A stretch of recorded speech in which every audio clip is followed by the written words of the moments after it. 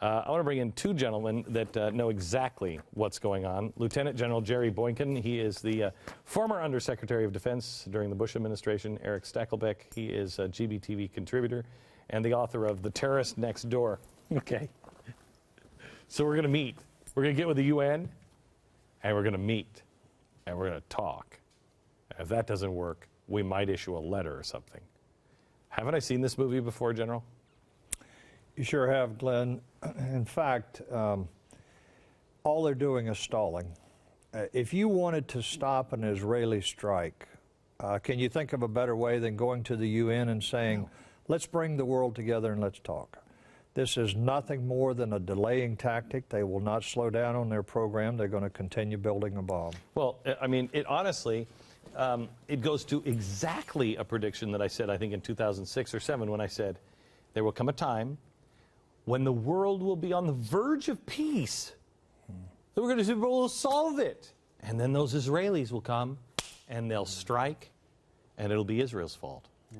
But don't worry, President Obama says he's not bluffing now, Glenn. So everything's going to be okay. Oh, he's not bluffing? He's not bluffing. Okay, he really means it this time. So this time he's not bluffing. That means he's coming out and shooting straight, that he's on their side, or what? I don't. Exactly. When you have to reassure your enemies that you mean business, you're not bluffing, you're probably bluffing. I think that's right. rule number one.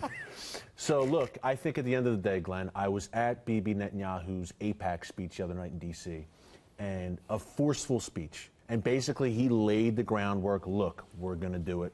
This is why we're going to do it, why Israel is going to strike Iran's nuclear weapons facilities. When I left the building that night, Glenn, I talked to a few different people. We said, look, obviously he's going to do it. The only question is when.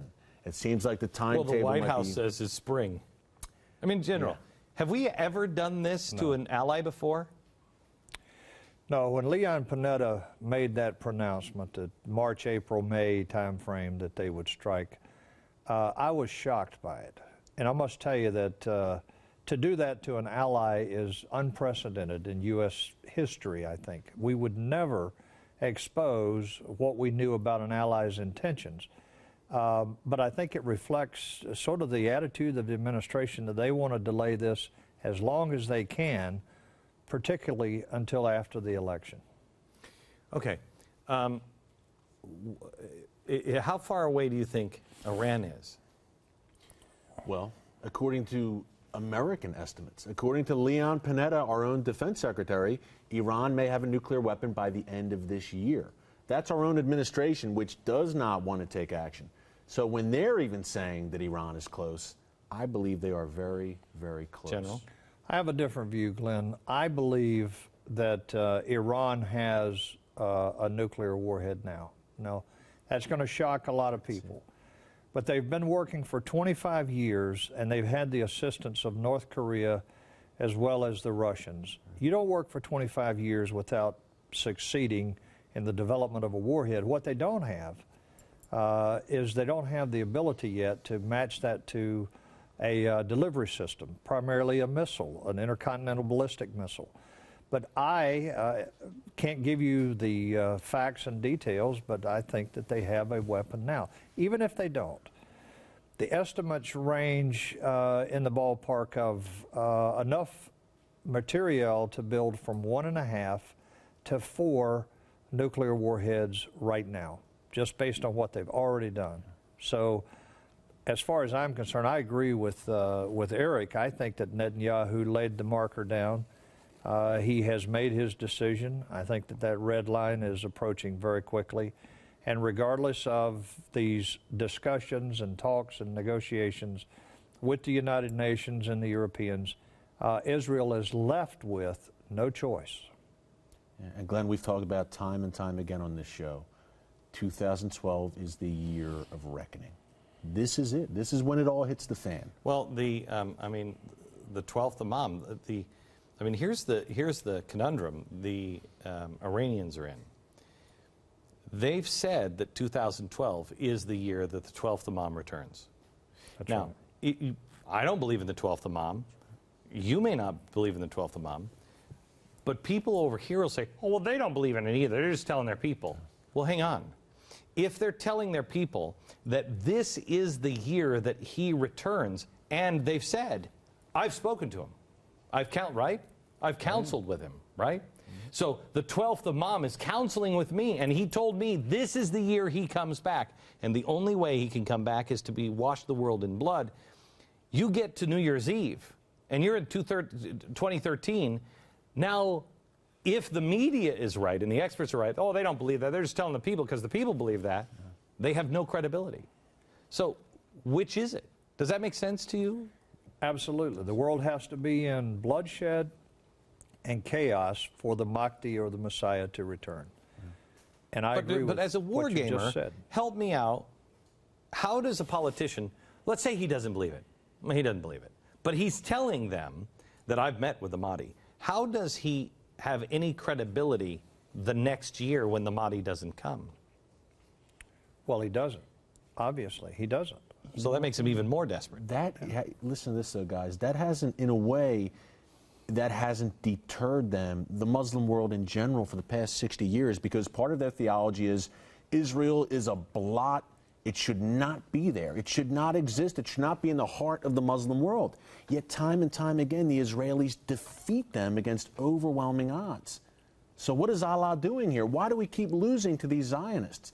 So as much as they lack credibility because their prophecies don't come true, they're stubborn and they're going to keep going at it, So give me scenarios here of what happens to the Middle East and the world.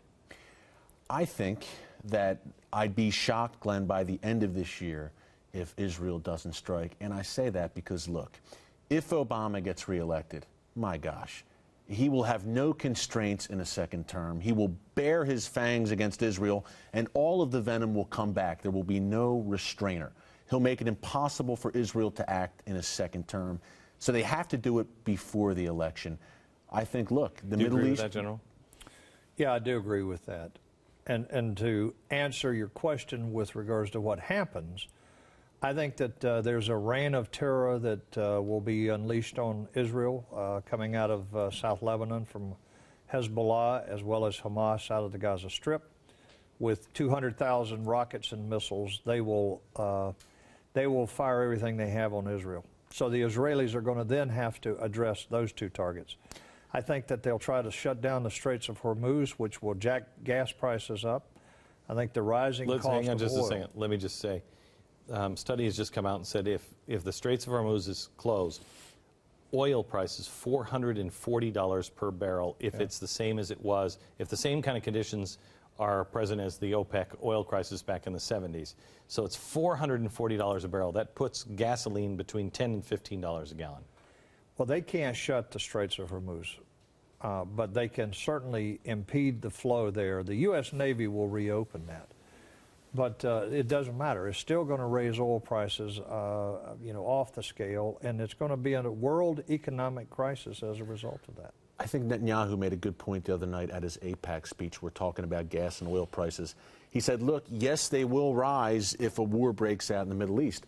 But if Iran gets the bomb and blackmails OPEC and sets the price of oil globally, they're going to rise even more. Iran wielding a nuclear weapon is a gun to the Saudis' head and all those Gulf sheikhs to their heads, saying this is going to be the global price of oil. We're setting the market price. Remember that the movements over in the Arab, this was the year of the dictator.